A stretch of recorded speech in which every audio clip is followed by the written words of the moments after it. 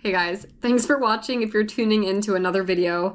I have another thought that I want to share with you, and let's give some backstory. I came to this idea because I found myself in a situation at work where I realized I was like working so hard and like working overtime, and I don't know, I was just like burning myself out. And then I thought about every job I've had in my life and how I've always done that. It's just what I've always done. Like, even jobs that don't require that much effort, I've always like put in extra hours even if I wasn't getting paid for it, and just always made sure everything was like work it, and just like too much, like putting in too much effort. And I was thinking about it and I was like, why am I like that? And I can start labeling myself and saying like, oh, well, I'm a perfectionist, or I'm a, like, whatever it is. There's so many labels I could give myself. But then I was thinking about the fact that like Dr. Joe Dispenza says how 95% of our thoughts and emotions and behaviors are automatic.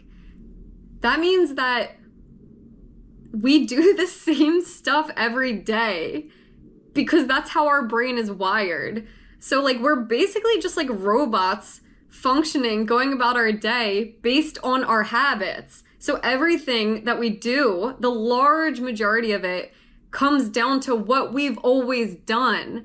So like if I'm quick to label myself like a perfectionist, for example, let's just use that example. That doesn't necessarily mean I was just like born a perfectionist. I came out of the womb wanting everything to be perfect, and that's just who I am today, and I'm always going to be a perfectionist. The reality is that like I probably just developed the habit of being one, and I probably did. I can probably think back to like high school when there was a lot of pressure put on me, and I started getting in the habit of like, oh, I need to get my homework done by this date. I need to pass this test. I need to get into this college. I need to get this job. Like, so my brain was then becoming wired so that everything I do is set up for, like success, for achieving like the outcomes that I want. But it doesn't necessarily mean that it's accurate to just label myself a perfectionist, for example.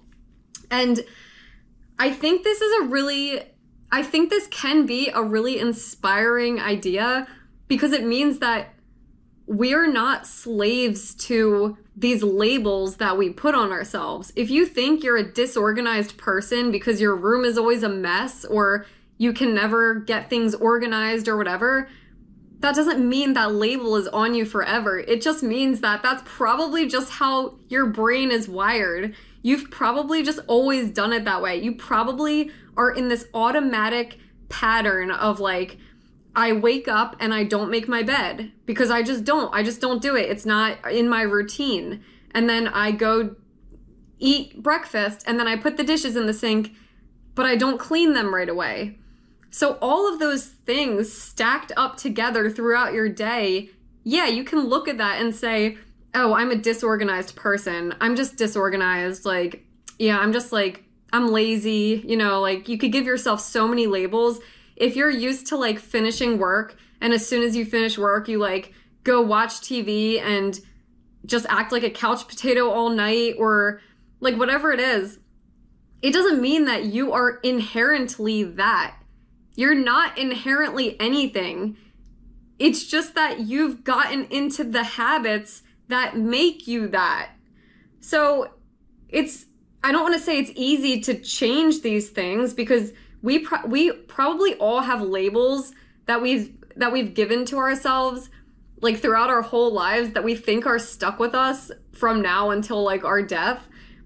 But you're not stuck with them. You really just need to change your habits. That's what it all comes down to. Like, just change your habits. And the more you do that, the more you're going to rewire your brain so that those automatic behaviors that used to rule your life are now automatic behaviors that give you a different label. So you could go from a disorganized to an organized person just by changing your habits. Because think about it. If you're used to waking up, not making your bed, not doing the dishes, leaving everything a mess, not doing laundry, like whatever. If you get in the habit, think about like brushing your teeth. Like, to me, that's a habit that like, because I always say like, oh, I'm not a very like routine person. Like, I don't follow routines very well. I'm not very consistent. I'm not very like great at sticking to like a routine. Brushing my teeth is something that I will never fail to do because I'm so in the habit of it. It is such an automatic behavior for me that I never even think about it. Like, no matter what I'm doing, you know, like if I'm camping in the middle of nowhere, I'm always going to have my toothbrush and toothpaste with me because it's such a habit of mine. I just have to brush my teeth when I wake up and when I go to bed.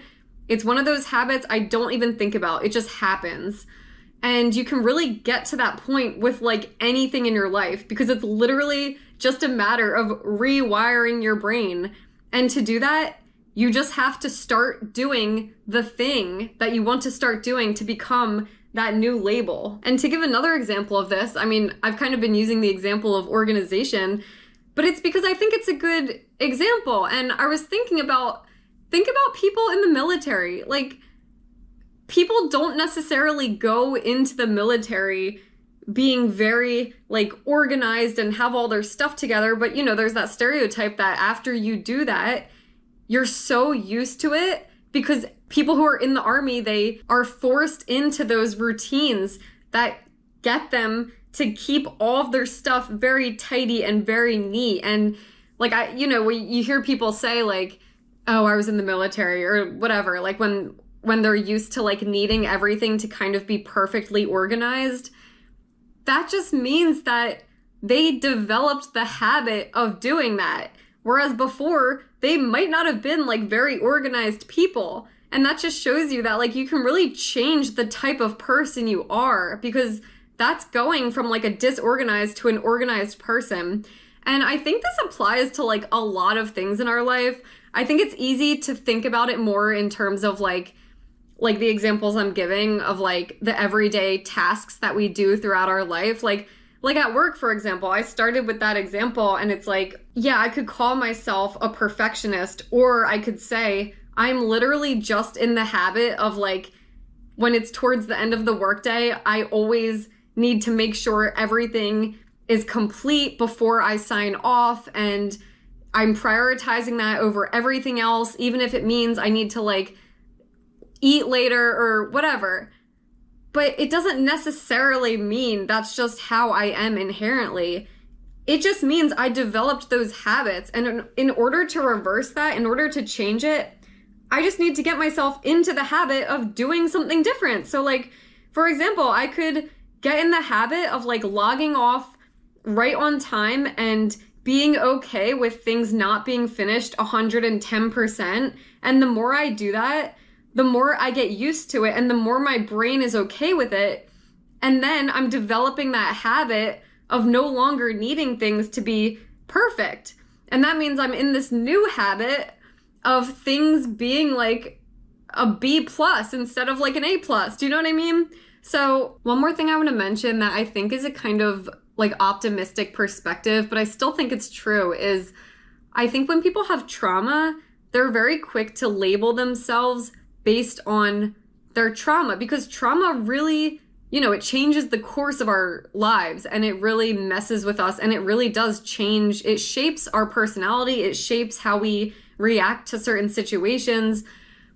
But I think this whole idea is very liberating because I also think that trauma doesn't necessarily mean that it turned you into this person with this label and you're locked into that forever and you can never change.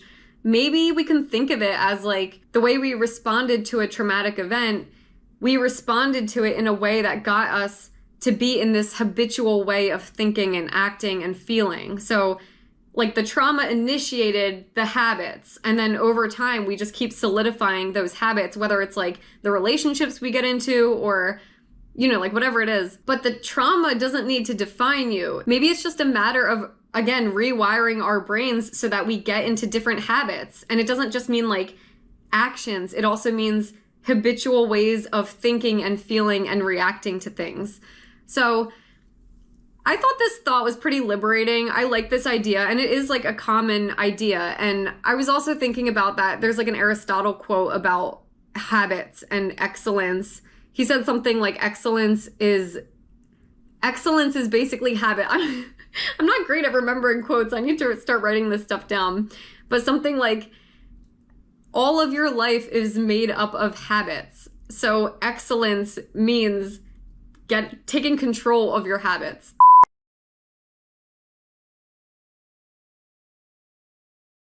Basically. So that's all I'm saying here. The book Atomic Habits, I actually have not read it, but I'm just going to throw it out there because everyone says it's amazing, and that's very high on my list of books to read. So I would definitely recommend that because I think it touches on a lot of what I'm talking about in this video. So anyway, let me know what you think about this topic. I would love to hear it. As always, let me know in the comments. And yeah, that's it for this video. I will see you in the next one. Bye.